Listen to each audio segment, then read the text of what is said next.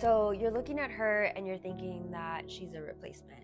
You're wondering, like, how could this be? How could he have found somebody and they fell for each other so quickly? How could they already be professing their love to each other on social media, probably saying that they want to spend the rest of their lives together, thinking because this person stole your dream, this person stole the life that you were meant to have or that you thought you wanted with this person. But the reality is that that's not true. That's the farthest from the truth.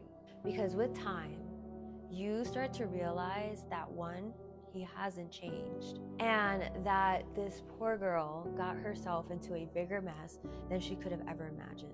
Diving deeper into learning about like toxic abusers and psychopaths and narcissists, there's no way for them to do a complete 180 in such a short amount of time, because there's years and years and years of trauma of them just piling on, like, especially if they've been through a lot of relationships, they're not the kind to like learn from the relationships in terms of doing inner work and realizing where they went wrong. They just end up blaming their past partners. I'm sure you've probably heard multiple red flags. Like if you go on a date with someone and they're saying that all their exes are crazy, most likely they're the problem. Something else I want to point out is that how quickly they jump into a relationship says nothing about your process of healing, your process of doing the work.